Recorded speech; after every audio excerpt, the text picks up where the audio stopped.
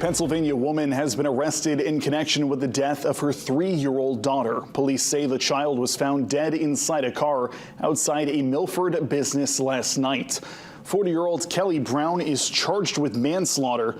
Police say Brown and her child had been subjects of an earlier issued attempt to locate and check their well-being at the request of concerned family members. Authorities responded to the business in Milford and found the young girl dead. Brown was located nearby and arrested. An autopsy will be conducted by the chief medical examiner to determine the cause and manner of death. Brown is being held at the Penobscot County Jail.